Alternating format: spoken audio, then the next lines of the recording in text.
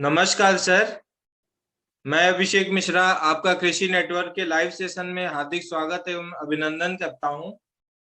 आज हम सीखेंगे कि जो किसानों को पशुपालन करते वक्त जो भी समस्या आती है उसका समाधान कैसे किया जा सकता है। तो इस लाइव सेशन में मैं आपका सर हार्दिक स्वागत एवं अभिनंदन करता हूं। मैं सभी किसान भाइयों को बताना चाहूंगा, सर का नाम ब्रिजेश कुमार राय है, जो कि वेटनरी कॉलेज जबलपुर में एसोसिएट प्रोफेसर हैं, जिनके माध्यम से आज हम जानेंगे पशुओं की बीमारी, उनका कैसे देखभाल करते हैं, रख रखाव करते हैं और उसको हम कैसे बचा सकते हैं, बीमारियों के रोकथाम के बारे में जानकारी मिलेगी। जी सर। मिश्रा जी नमस्कार।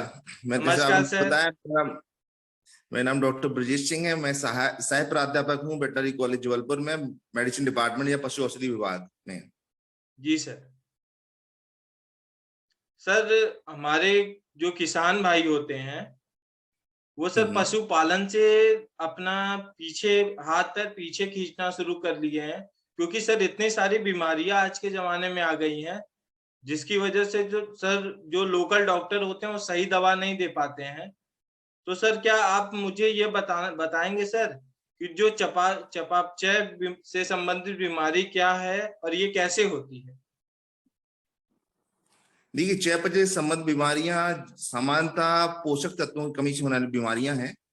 जो विशेष पोषक तत्व होते हैं जब एनिमल या हम कहें प्रेगनेंसी में, या जब उसको गर्भकाल रहता है उसके अंतिम समय में, या जब उसके काबिल होती है या बच्चा देता है, उसके दूध देने के स्टार्ट के स्टेज में ये ज्यादा देखने को मिलती है, क्योंकि इसमें दूध के साथ पोषक तत्वों की मात्रा ज्यादा निकलती है और इन पोषक तत्वों की शरीर में कमी हो जाने से चयापचय की प्रॉब्लम ज्यादा देखने को मिलती है। उसी को हम चयापचय संबंधी बीमारियां बोलते हैं। तो सर हमारे किसान भाई इस बीमारी से अपने पशुओं को बचाने के लिए क्या कर सकते हैं। देखिए, बचाने के लिए तो बहुत सारे तरीके हैं और बहुत ही सिंपल तरीके हैं। अगर हम देखा जाए इसे बचाने के लिए, सबसे पहले तो भाई अपने पशुओं को पोषक तत्वों का इतना अच्छा मतलब बैलेंस कहें बराबर मात्रा में अगर हम अपने जानवर को प्रोवाइड करते हैं, दिलाते हैं उसको दाने में, तो ताकि जानवर में इतना ज्यादा स्टोरेज हो जाए, जब स्पेशली जब ड्राई पीरियड रहता है तो पोषक तत्वों की कमी नहीं हो पाएगी, तो बीमारियां हो ही नहीं पाएंगी। तो इस कारण से हम ये ज्यादा मैनेजमेंट वाला पॉइंट ज्यादा याद रखें कि हम बहुत सारी मार्केट में ड्रग्स अवेलेबल है, या पोषक तत्व के रूप में, जैसे हमने कहा कि भूख कम हो रही है, जैसे स्पेशली जब प्रेगनेंसी होती है तो लास्ट टाइम पे पेट का साइज बहुत कम छोटा हो जाता है, क्योंकि बच्चे का साइज बढ़ता है तो भूख कम होने लगती है। तो हम जैसे रुचामैक्स है, रुचामैक्स को हम लास्ट में हम दे दें। इसी प्रकार कैल्शियम होता है, जैसे आयुर्वेद का कैल्धन आता है, तो कैल्धन को भी हम प्रेगनेंसी की पीरियड में हम उसको अगर देने लगे 50 ml डेली सुबह शाम, उसको सानी के साथ मिला के या पानी के साथ मिला के, तो कुछ पोषक तत्वों की है कमी है वो कम हो जाएगी और इससे ये बीमारियां हम बचा जा सकता है। जी सर। जी सर। और सर चयापचय और कुपोषण से होने वाली बीमारियों में क्या अंतर है।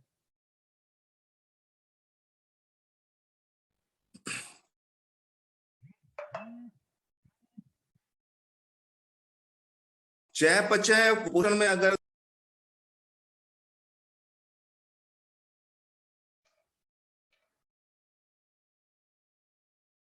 हेलो, हाँ जी मिश्रा जी, सर। हेलो। जी सर। और कुपोषण में केवल अगर देखा जाए जो डिफरेंस है, केवल अवधि का डिफरेंस है। चयापचय की बीमारियां हमने, जैसे मैंने आपको पहले ही बताया कि ज्यादातर देखने में हम या तो गर्भकाल के अंतिम समय में या जब दूध देना स्टार्ट करता है काविंग के बाद, उस टाइम देखने को मिलती है, उसको बोलते हैं चयापचय से संबंधित बीमारियां। कुपोषण से संबंधित बीमारियों में केवल क्या डिफरेंस है कि जब काफी लंबे समय तक किसी पर्टिकुलर तत्वों की कोई कमी हो जाए, और जैसे मैंने आपसे एग्जांपल लूं कि अगर कैल्शियम की डिफिशियंसी हो रही है बहुत लंबे समय से, उसके आहार में नहीं मिल पा रहा है, तो उसकी हड्डियां मुड़ने लगती हैं, जिसको हम रिकेट्स या बड़े जानवर में ऑस्टियोमिलेशिया बोलते हैं। तो केवल डिफिशियंसी डिसीज कहें, कुपोषण से संबंधित डिसीज बोले, अवधि का फर्क है कि ज्यादा लंबे समय तक कोई तत्व की कमी हो जाए तो उसको कुपोषण से कहते हैं, और पर्टिकुलर हमने जो बोला ड्यूरेशन, जो मिल्किंग के समय या गर्भकाल के अंतिम समय होता है, उसको बोलते हैं चयापचय से संबंधित बीमारियां। तो सर इसके लिए हमको किस प्रकार का आहार पशुओं के लिए डिसाइड करना चाहिए ताकि हम बच सकें? बिल्कुल, देखिए कि कोशिश करें कि बैलेंस राशन। अब बैलेंस राशन में ये बड़ा मुश्किल पड़ता है आम पशुपालक को कि हम क्या डिसाइड करें कि क्या कम रहे, क्या क्या बढ़ाएं, क्या घटाएं। तो उसके लिए बहुत सारी कंपनियां बैलेंस राशन देती हैं। जैसे मैंने आपसे बोला, आयोबेट का आयोमिन B5+ बोलस के रूप में भी, या कहें कैप्सूल के रूप में भी आता है, पाउडर के रूप में भी आता है। तो इनमें सभी तत्व रहते हैं मिले जुले, जो जानवर को अपनी ग्रोथ के लिए, बच्चे की ग्रोथ के लिए और उसकी न्यूट्रिशनल रिक्वायरमेंट के हिसाब से चाहिए होते हैं। तो अगर इस तरह का कोई भी हम प्रोडक्ट जो सभी बैलेंस राशन लिए हुआ होता है, उस राशन को हम अपने पशुओं को एक हैबिट में डाल लें कि स्टार्टिंग से हम उसको सानी के साथ मिला के उसको देने लगे। जैसे मैंने कहा एग्जाम्पल, ये आयोमिन B5+ है, इसको अगर हम 50 ग्राम डेली अपने पशुओं को खिलाने लगे तो ये सुबह शाम सारी, सर। हाँ, तो सारी की सारी बीमारियां जो तत्वों कुपोषण या हम कहें चयापचय संबंधी बीमारियां हैं, इन सब चीजों से बचा जा सकता है। तो हमें एक प्रोडक्ट को चुनना पड़ेगा जो अपने पशुओं को हम शुरू से देने लगे, ताकि उसकी इम्यूनिटी बनी रहे और ये जो भी बीमारी हो उससे बच सकते हैं। जी जी सर ये जो बैलेंस राशन है सर, जो हम आहार खिलाते हैं, तो इसमें सर जो साइलेज का होता है, तो क्या हम्म। साइलेज को भी हमको अपने पशुओं को किस प्रतिशत में देना चाहिए? देखिए, साइलेज जनरली हम लोग क्या करते हैं कि जब गर्मियों के समय पे है, गर्मियों के समय में हम यूज करते हैं, क्योंकि ठंड में तो अभी आप देख रहे हैं तो आपके पास बरसीम की उपलब्धता या हरी चारे की उपलब्धता बहुत ज्यादा बहुत रहती है। होती है सर। है ना, तो उस टाइम दिक्कत नहीं आती। लेकिन यही अब हम इसको 1 महीने बाद, हम जब मार्च अप्रैल आ जाएगा, हरे चारे की उपलब्धता कम होने लगती है। उस कंडीशंस में हम पर्टिकुलर इन हरे चारे को प्रिजर्व करने की प्रोसेस होती है कि इनको हम ब्लॉक बना के इसको प्रिजर्व करके, मतलब इसमें पानी बहुत ज्यादा रहता है, इसके हर्रे पानी, हर्रे के फॉर्म में। हाँ, तो इसको हम ब्लॉक के रूप में इसको कहें मुसीबत के समय या हम गर्मियों में जब चारी कमी हो उस समय उपयोग करने के लिए इसको हम प्रिजर्व कर लेते हैं। लेकिन साइलेज अकेले से, मैंने कहा ना कि जानवर को पूरे न्यूट्रिशंस की सप्लाई नहीं हो पाती है। आप सोचें कि ड्राई मैटर मिल जाएगा, लेकिन कंसंट्रेट दाना देना, जब जो दूध देने वाला जानवर होता है उसको कंसंट्रेट डाइट की आवश्यकता होती है। इसी प्रकार पशुओं के विकास के लिए बहुत सारे मिनरल्स की आवश्यकता होती है। तो केवल साइलेज या आप भूसे से दे के आप नहीं पूरा कर सकते, हमें कुछ ना कुछ ऐसी चीजें डालनी पड़ेगी उनकी डाइट में या कंसंट्रेट राशन के साथ में, ताकि ये पोषक तत्वों की कमी ना हो और जिससे उनकी दूध की इफिशियंसी बढ़ पाए। दूध की एफिशिएंसी बढ़ पाए और दूध का अमाउंट या कहें उसका जो प्रोडक्शन है, जो मान लो एक जानवर है 10 से 12 लीटर देता है, तो उसके दूध का अमाउंट भी ना घट पाए। और कैल्शियम क्योंकि बहुत लगता है तो बच्चे की ग्रोथ के लिए भी चाहिए होता है और मदर को भी चाहिए होता है। तो ये सारी चीजें हैं जो केवल एक चीज से या साइलेज या कंसंट्रेट से अकेले नहीं मिल पाती। हमें एडिशनली में उसको अतिरिक्त में हमें ये सब चीजों को उसमें लेना ही देना। चाहिए ताकि अपने को हम जानवर को हम सही सलामत रख पाए। जी जी जी। और सर ये चयापचय वाली बीमारी जो है किन किन जानवरों में देखने को मिल जाती है ये? देखिए, वैसे तो कहें चयापचय संबंधी बीमारियां सभी जानवरों में देखने को मिल जाएंगी, लेकिन अगर इसमें परसेंटेज की या कहें या ज्यादातर कहें किसमें देखने को मिलेगी, तो मैंने जैसे बोला कि ये बीमारी होती कब है, जब एनिमल दूध देता है। तो ज्यादा दूध देने वालों में ये बीमारियां ज्यादा देखने को मिलती है। जैसे अगर काऊ में काऊ या गाय के में, तो जर्सी ब्रीड है, जर्सी ब्रीड का प्रोडक्शन ज्यादा रहता है। जब प्रोडक्शन ज्यादा रहेगा तो पोषक तत्वों की कमी भी ज्यादा होगी दूध के रूप में, क्योंकि दूध के रूप में ज्यादा निकलेगा। तो ऐसे जानवर जो ज्यादा दूध देते हैं उनमें ये बीमारियां ज्यादा देखने को मिलती हैं। लेकिन इसको हम ये नहीं कह सकते कि कम दूध देने वालों में नहीं होती, क्योंकि अगर आपने ध्यान नहीं दिया अपने पशु को, केवल उसको आप भूसा या हरा चारा देते रहे लेकिन पोषक तत्व नहीं दिए और उसके शरीर में पोषक तत्वों की पर्याप्त मात्रा नहीं है, लेकिन जब दूध देना स्टार्ट होता है, जिसको हम कोलेस्ट्रॉम बोलते हैं, उसके रूप में ज्यादा पोषक तत्व रिलीज होते हैं शरीर से, और जब ज्यादा निकलते हैं तो फिर शरीर में कमी होने लगती है। और अगर उसके शरीर में उसकी कहें स्टोरेज नहीं है पोषक तत्वों का, तो ये चयापचय की बीमारियां उनमें भी देखने को मिल सकती हैं। अच्छा सर। और सर एक सवाल और है मेरा कि चयापचय से संबंधित प्रमुख बीमारियां कौन कौन सी हैं? बीमारियां तो काफी लंबी हैं, लेकिन कहें ज्यादातर बीमारियों में मैं बोलूं तो पहली बीमारी है, जैसे मैं कहूँ कि milk fever. Milk milk fever. Fever, हाँ, एक मिल्क फीवर बहुत देखने को मिलता है। इसके अलावा कहें तो कीटोसिस भी देखने को मिलती है, हाइपोमैग्नीशियम टेटेनी देखने को मिलता है, फैट काउ सिंड्रोम है, और इस तरह की कुछ बीमारियां हैं जो चयापचय से संबंधित प्रमुखता से देखने को मिलती है जानवरों में। और इनके लक्षणों के बेस पे हम इसको आसानी से पहचान भी सकते हैं, लेकिन हर एक बीमारी का कारण अलग अलग है कि किस कौन से पोषक तत्व की कमी से क्या बीमारी हो रही है। सामान्यतः ये ज्यादा होती है, और फिर वो कुछ डिफिशियंसी डिसीज भी होती हैं, जैसे मैंने कहा रिकेट्स है, ऑस्टियोमलेशिया है, और बहुत कुछ बीमारियां हैं। जैसे सर हमारे ये मिल्क फीवर है, तो अगर हमारे किसानों को पहचानना है कि उसके पशु को मिल्क फीवर की बीमारी है, तो उसके क्या लक्षण होंगे? मिल्क फीवर को अगर पशुपालक पहचानना चाहे तो सबसे पहले ये देखिए कि ये काविंग या बच्चा गाय देती है तो 48 से 72 घंटे के दौरान ही देखने को मिलती है ज्यादातर। कहते हैं कि काविंग से पहले भी देखने को मिल सकती है 48 से 72 घंटे, लेकिन सामान्यतः ज्यादातर जब एनिमल काविंग हो चुकी होती है और बच्चा दे चुकी होती है, और दूध के रूप में कैल्शियम की डिफिशियंसी और कोलेस्ट्रॉम के रूप में ज्यादा निकलने लगता है।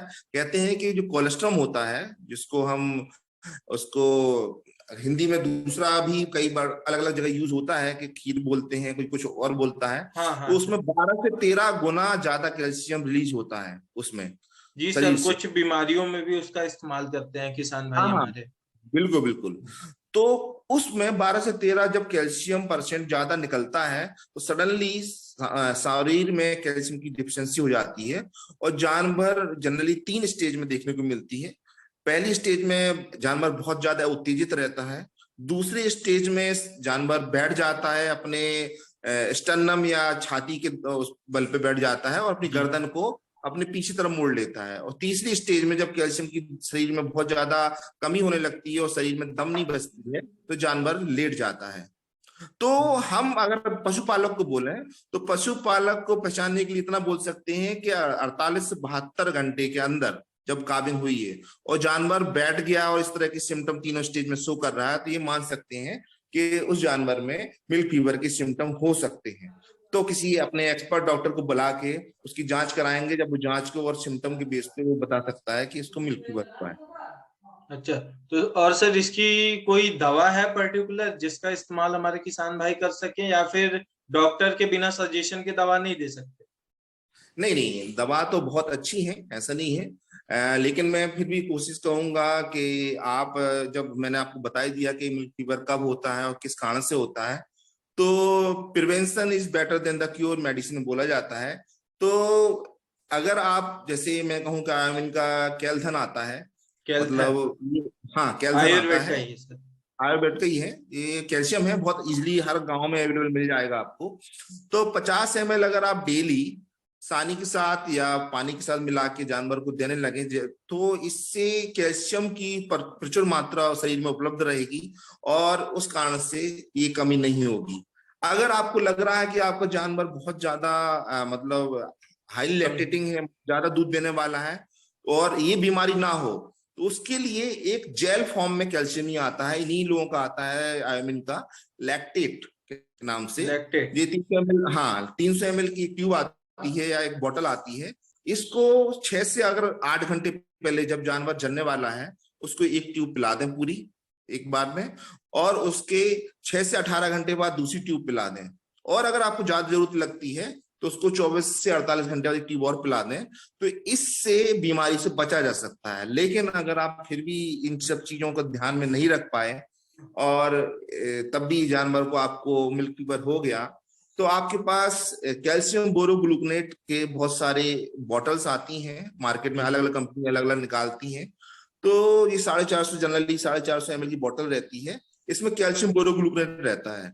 तो इसको हम बस स्लो आईवी या नस के थ्रू देते हैं, और आधा आईवी देंगे, आधा चमड़ी के नीचे लगा के देते हैं। लेकिन मेरा मानना है कि किसी डॉक्टर की सलाह है और डॉक्टर की उपस्थिति में ही दें, क्योंकि अगर आपने खुद ट्रीटमेंट किया तो पशु की मृत्यु भी हो सकती है। क्योंकि अगर ज्यादा स्पीड में दे दिया या आपने पूरा इसको बैन में दे दिया उसके, तो किसी पशु का हार्ट फेल हो सकता है, उससे उसकी मृत्यु भी हो सकती है। अच्छा सर। सर एक चीज और कि आज के जमाने में, पहले सर आज से 15-20 साल पहले गांवों में जब हम जाते थे कहीं देखने, तो लोग पशुओं की संख्या बहुत ज्यादा दिखती थी, लेकिन सर अभी बहुत कम हो गई है। इसका सबसे बड़ा कारण क्या हो सकता है? देखिए, पशु तो अभी भी कहें कि, लेकिन लोग बाग है मेहनत कम करना चाह रहे हैं। पशुओं के साथ अगर मेहनत है तो प्रोडक्शन भी अच्छा मिलता है, लेकिन हम साइंटिफिक तरीके से, मतलब उसको व्यावसायिक तरीके से पशुओं को पालना आज की डेट में भी थोड़ा मुश्किल हो रहा है। हम लोग पशुओं को वैसी तरह पालना चाहते हैं कि वैसे हमने सुबह लिया और जानवर को छोड़ दिया और जंगल चर के आ गए, शाम को दूध थोड़ा बहुत निकाल लिया और जानवर को बांध के रख दिया, फिर अगले दिन सुबह छोड़ दिया।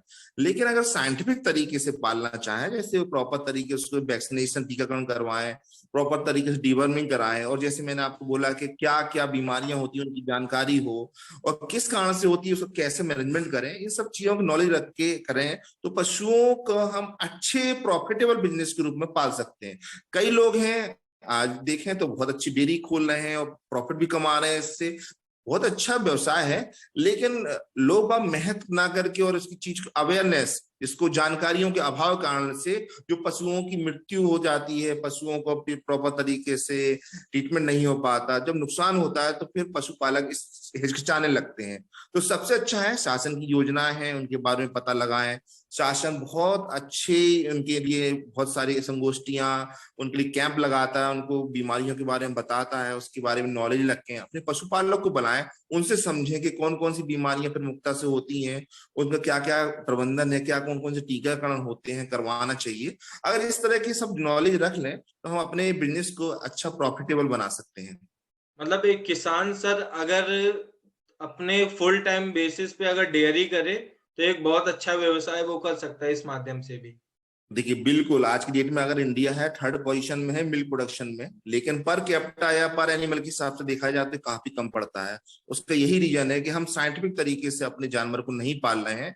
उसको साइंटिफिक तरीके से पालें तो हम प्रॉफिटेबल इसको बिजनेस बना सकते हैं। और आप कहीं भी, कोई भी इस तरह की नौकरी नहीं है जितना अच्छा बिजनेस ये है।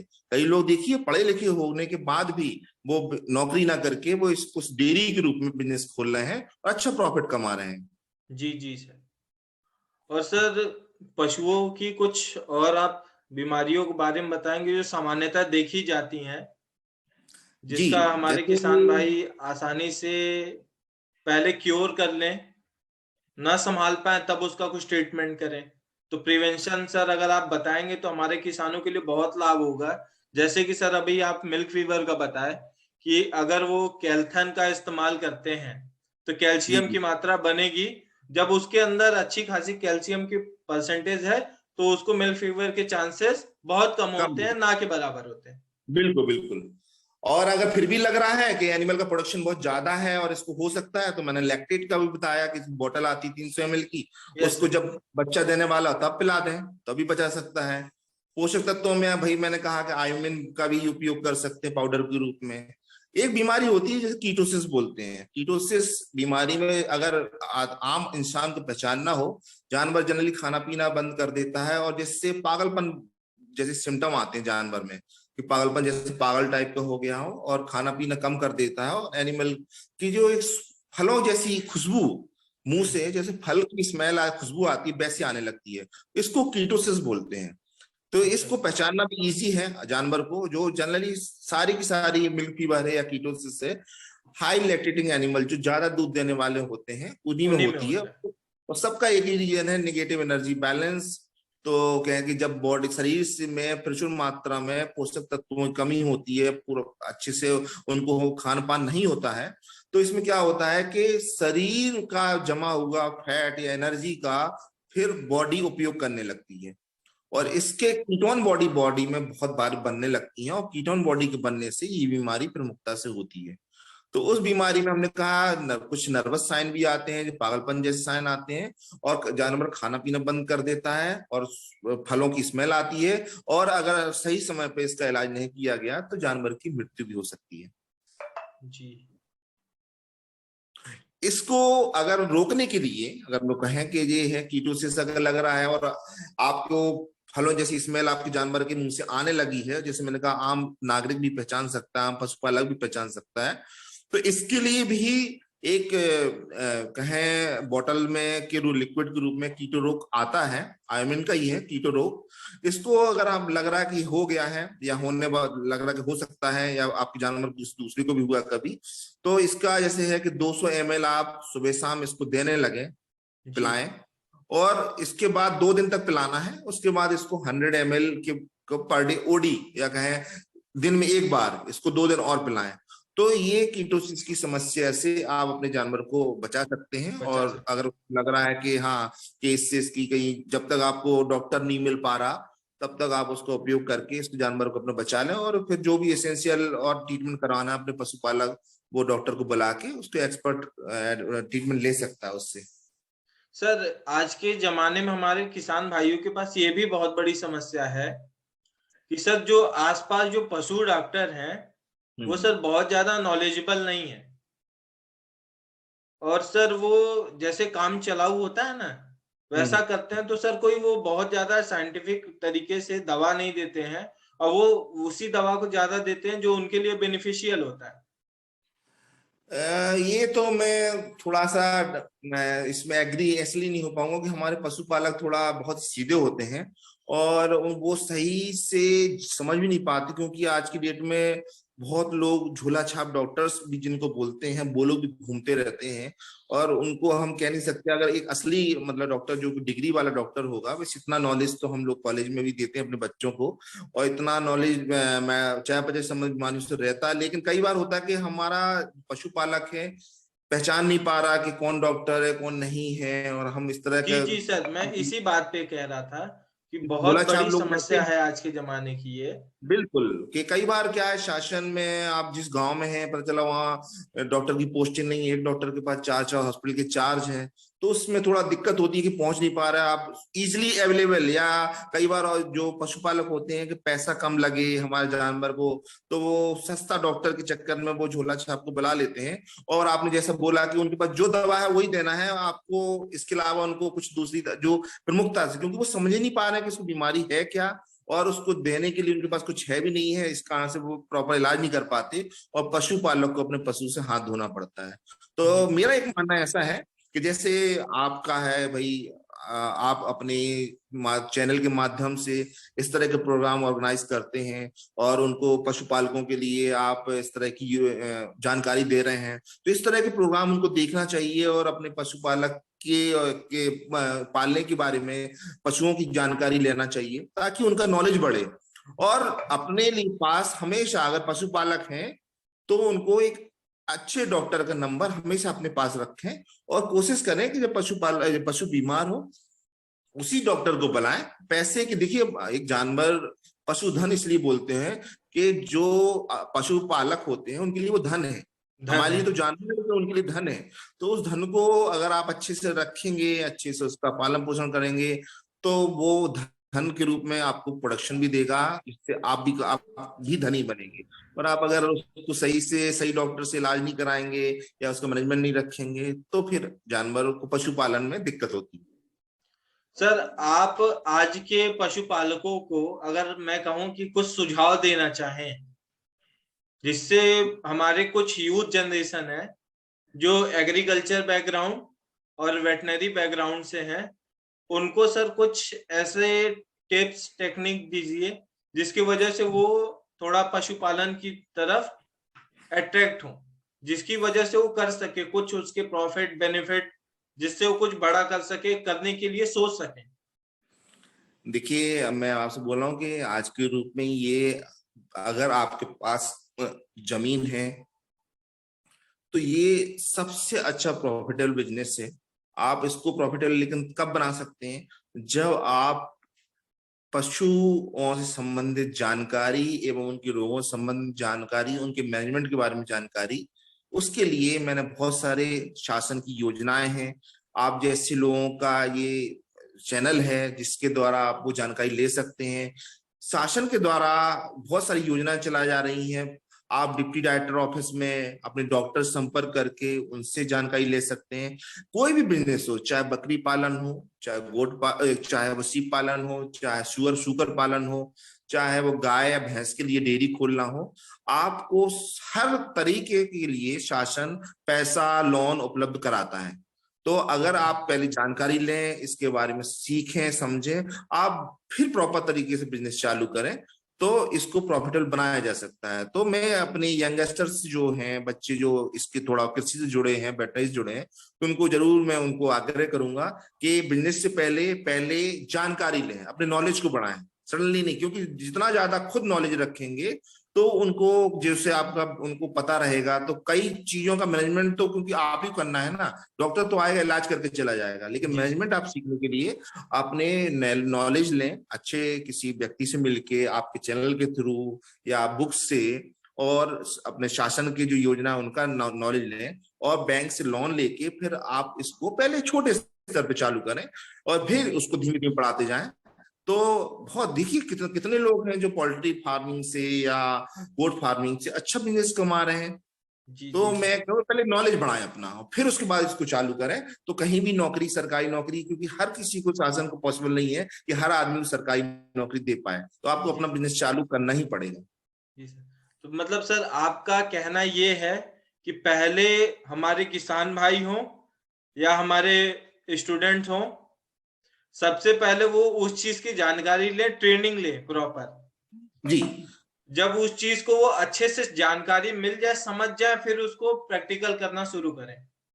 जी, मैं आज की डेट में बताऊं, जैसे मेरी कॉलेज में है, हमारे जबलपुर वेटनरी कॉलेज में है, छोटी छोटी 5-5 दिन की ट्रेनिंग्स होती हैं अलग अलग। जैसे कोई सूकर पालन पे, कोई बकरी पालन पे, कोई मुर्गी पालन पे। तो इस तरह की योजना शासन के द्वारा ही होती हैं, हम लोग करवाते हैं। आप आइए, उनको अटेंड करिए, उनकी पूरी जानकारी दी जाती है कि कौन सी ब्रीड आपके एरिया के हिसाब से अच्छी रहेगी, कौन सा दाना किस तरह का उनका घर घर का बनाना चाहिए, किस तरह पानी, डीवर्मिंग या कीड़ों की दवा देना चाहिए, कौन कौन सी बीमारियों के लिए वैक्सीनेशन कराना चाहिए। ये सारी जानकारी देने के बाद हम उनको एक ट्रेनिंग सर्टिफिकेट भी देते हैं कि आप इसकी ट्रेनिंग करी, और उस ट्रेनिंग सर्टिफिकेट के बेस पे आप बैंक में जाके लोन भी ले सकते हैं। तो ये आपको जब जानकारी हो जाएगी तो आप, क्योंकि आज की डेट में अगर पुराने ढर्रे से जो काम कर रहे थे कि पहले जानवर आया, सुबह हमने बोला छोड़ दिया, शाम को आया दूध निकाल लिया, उसको प्रॉफिटेबल बिजनेस नहीं होता, केवल वो जीने के लिए होता है। अगर प्रॉफिटेबल बनाना है तो उसको साइंटिफिक तरीके से करना पड़ेगा, तभी हम उससे अर्न ले पाएंगे, पैसा कमा पाएंगे। जी सर। तो सर आपके यहाँ जो ट्रेनिंग होती है वो सर कितने दिन की करवाते हैं आप? हमारे सामान्यतः 3 दिन 5 दिन जनरली ये होती हैं। और इस तरह की ट्रेनिंग आप अगर, हमारी वेबसाइट रहती है, एनडीबीएसयू की वेबसाइट है, उस पर जाके ट्रेनिंग की जानकारी रहती है, उनके कोऑर्डिनेटर्स रहते हैं जो कराते हैं, आप उनसे संपर्क कर सकते हैं। और हम लोग हर 15-20 दिन में कराते रहते हैं। तो आम कृषक पूरे एमपी के लोग बीच बीच में आते हैं, ग्रुप आता है उनका, 20-20 बच्चों का ग्रुप रहता है, वो आके यहाँ पे सीखते हैं। हम लोगों के यहाँ रहने खाने की सारी व्यवस्थाएं हैं, जो आप जो कृषक भाई होता है बहुत ही कम खर्चे पे अपना वो अटेंड कर सकता है और इससे अपना बेनिफिट ले सकता है इस ट्रेनिंगों से। तो सर इस ट्रेनिंग के माध्यम से वो लोन लेके अपना व्यवसाय भी चालू कर सकता है? जी हाँ, मैंने कहा ना कि जैसे भाई शासन को आप कोई प्रपोजल बना के दे रहे हैं, मान लो कि मेरे को गोट फार्मिंग करनी है, तो भाई वो भी तो चाहेगा कि आपको क्या नॉलेज है गोट के बारे में। तो आप वो सर्टिफिकेट दिखा सकते हैं कि मैंने एक कोर्स किया है, मैंने इसका नॉलेज लिया है, उसकी जानकारी ली है। उसके बाद फिर उस सर्टिफिकेट के बेस पे वो लोन के लिए अप्लाई करेगा। और जब उसको नॉलेज हो जाएगा तो उसका खुद, उसको तभी तो वो समझा पाएगा कि हमें चाहिए क्या। अगर उनके पास जमीन है तो उनको केवल घर बनाने के लिए, दवाओं के लिए, जानवरों के लिए उसकी नॉलेज रहेगा, और नहीं तो फिर उसको भी समझ में नहीं आएगा कुछ कि हम कैसे चालू करें, कैसे स्टार्टअप करें कोई प्रोग्राम का। तो उसको एक हम शासन और हमारी यूनिवर्सिटी ने मिलकर ये योजना बनाई है कि हमारे आम पशुपालक, जैसे आपने पहले ही बताया कि उनको जानकारी नहीं रहती, कहाँ जाएं, किसके पास जाएं, कहाँ से प्रॉपर तरीके से जानकारी मिले। तो इस प्रॉपर जानकारी के लिए तभी मिल पाएगी जब उनको एक सोर्स मिलेगा। तो मैं आपके चैनल के माध्यम से ये भी कहना चाहूंगा कि आप हमारे वेटनरी कॉलेज जबलपुर में आइए, Nanaji Deshmukh veterinary science university Jabalpur में। यहाँ इस तरह के बहुत कोर्सेज चलते हैं, आप उसमें रजिस्टर कराइए और उसका फायदा लीजिए। फायदा लीजिए, ट्रेनिंग लीजिए, सीखिए और अपना खुद का व्यवसाय चालू करिए। जी सर, बहुत जानकारी मिली आपसे आज, बहुत बहुत धन्यवाद आपका सर। और ऐसे ही आपसे और भी जुड़ते रहेंगे और किसानों के लिए नए नए सेशन करते रहेंगे ताकि उनको छोटी से छोटी जानकारी भी आपके द्वारा मिला करे। धन्यवाद sir. Thank you so much.